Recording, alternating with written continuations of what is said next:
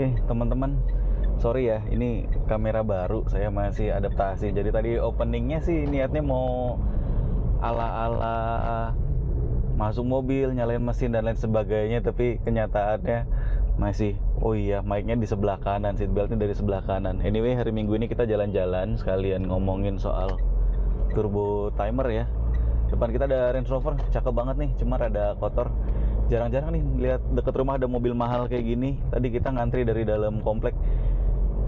Biasanya emang kalau hari Minggu pagi, Minggu siang kayak gini banyak ya mainan-mainan yang keluar.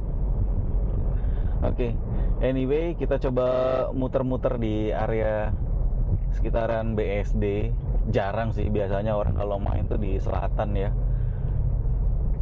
atau mungkin ke Senayan gitu. Tapi ya nggak ada salahnya kali kita puterin tuh Range Rover Vogue apa Sport tulisannya sih, cuman mirip. Saya nggak terlalu bisa membedain, tapi mirip banget sama Vogue ya. Oke, kita tuh kemarin mau bahas tentang turbo timer. Sebenarnya perlu nggak sih kita pakai turbo timer? Banyak yang bilang, oh, kalau mobil baru diesel nggak perlu lah pakai turbo timer gitu, semuanya udah canggih. Oke, tapi kita balik lagi dulu aja ke prinsip kerjanya turbo.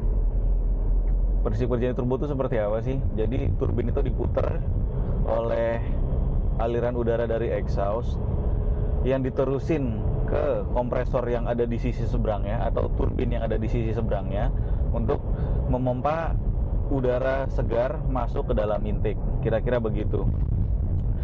Dari yang saya cari-cari ya, dari beberapa sumber di internet, itu cara kerja turbo itu menyebabkan si turbin ini berkitir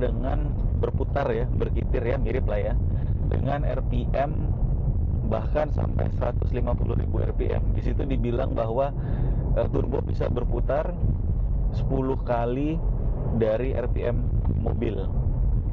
Bisa dibayangkan kan segimana kencangnya RPM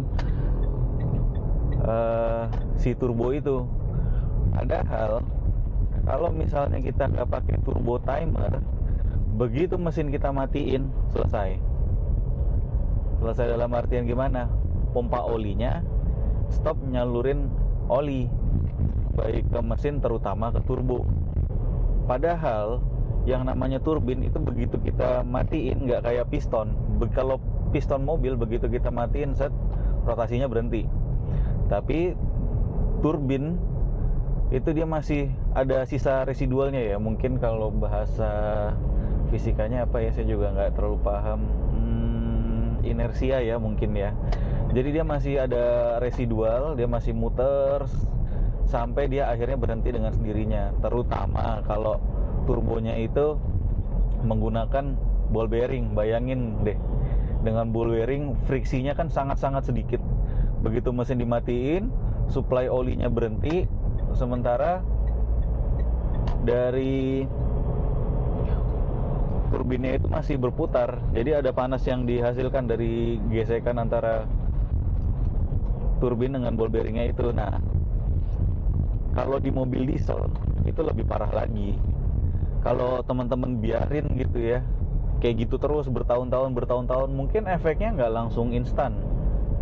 Efeknya setelah dipakai beberapa tahun, beberapa puluh ribu kilometer, terutama kalau misalnya rekan-rekan mungkin nggak rajin ganti oli, atau oli mineral yang mungkin 5.000 km diganti 8.000 atau 10.000 gitu, atau oli sintetik yang dipakai melebihi batas seharusnya, itu bisa menyebabkan yang namanya diesel runaway. Diesel runaway itu mungkin teman-teman kalau mau lihat seperti apa jelasnya bisa dicari di search YouTube tuh, diesel runaway. Itu kira-kira mesinnya itu ya sesuai dengan kalau kita artiin harfiah, lari, bener-bener lari. Kita mau matiin kuncinya, kita mau lepas kuncinya, pokoknya dia apa-apain, mau digas mau diapa, dia mesinnya lari ke RPM sesuai yang apa namanya, sesuai mesinnya mendapatkan intake. Jadi diesel itu kan yang penting dia mengkompres bahan bakar ya. Jadi instead of dia burning fuel, oilnya itu yang menjadi fuel buat si mesin. Sampai kapan? Sampai suplainya habis atau sampai mesinnya meleduk. Bisa dibayangin gak sih kalau amit-amit ya mesinnya meleduk itu berapa duit sekarang nih ya. Mungkin kalau teman-teman tahu mesin 2JZ tuh harganya sekitar berapaan, coba deh kalian cari berapa sih harga half cut-nya mesin 1KD itu. 1KD itu kayak Innova atau Fortuner lama tapi yang 3000 cc. Harganya mirip-mirip bos, karena kalau mesin 1KD itu yang saya tahu orang-orang biasanya kalau pasang piggyback ngeboost di 2 bar. Kadang-kadang kalau yang buat drag race bisa sampai 3 bar. Bayangin itu mesin dihajar boost 3 bar tapi internalnya standar, nggak kenapa-kenapa. Ajaib ya. Ya, oke. Jadi kembali lagi ke turbo timer. Perlu nggak sih? Oke, kalau misalnya kalian merasa, oh sekarang kan udah diperhitungkan semuanya, makanya dari pabrikan gak dikasih turbo timer. Toh kita misalnya pulang dari kerja, masuk ke perumahan atau masuk ke mall, kita akan jalan dengan RPM yang relatif rendah sehingga turbo itu nggak ngeboost. Jadi nggak masalah, kita akan cari parkir mungkin lebih dari 1 menit atau lebih dari 3 menit baru kita matikan mesinnya. Oke. Tapi balik lagi ya, sekarang misalnya teman-teman lagi perjalanan keluar kota nih, mungkin ke Puncak atau lewat Cipularang mau ke Bandung atau mungkin lewat tol Cipali, terus tiba-tiba oh kita ke rest area yuk gitu, pengen makan siang katakanlah. Mesin yang tadi habis digeber pol-polan nyampe tempat parkir sebentar dimatiin, ya itu yang akan menjadi masalah. Jadi kalau saya pribadi, saya akan memilih untuk tetap menggunakan turbo timer, karena ya sifatnya manusia kan kadang-kadang lupa ya, kadang-kadang mungkin tidak selamanya beresiko. Jadi hanya meminimalisir potensi dari rusaknya turbo, terutama diesel runaway. Syukur-syukur kalau cuman turbonya doang yang rusak gitu, paling nggak ngebus atau bunyi kocak segala macem gitu. Tapi kalau udah sampai di Soekarno itu udah, waduh, bubar jalan deh. Terus berapa menit sih waktu yang tepat buat kita setel si turbo timer itu? Saya mengambil dari sisi pesawat ya. Pesawat itu di belakang dia ada yang namanya EPU.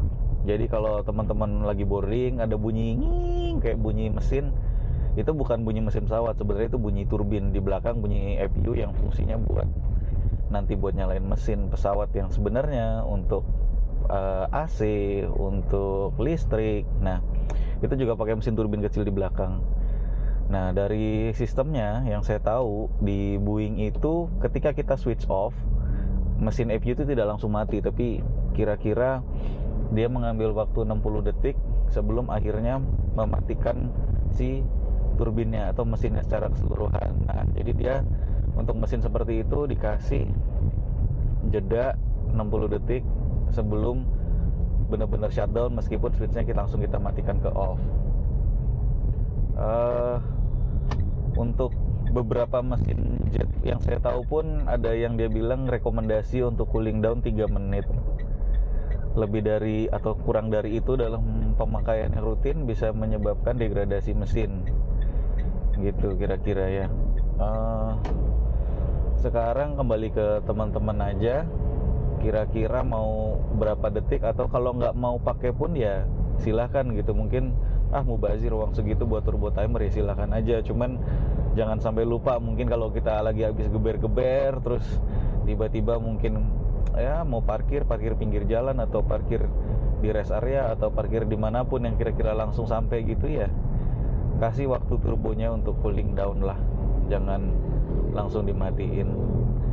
Kira-kira begitu. Terima kasih, sampai ketemu lagi. Sorry ya sekali lagi ya, tadi openingnya mungkin kurang bagus, atau lightingnya, atau mungkin stabilization systemnya. Ini kameranya baru, saya baru nyobain pertama kali. Terima kasih telah menonton vlog Bung Toro. Jangan lupa share, like, subscribe. Kita ketemu lagi di konten dan cerita yang lain. Terima kasih, sampai ketemu.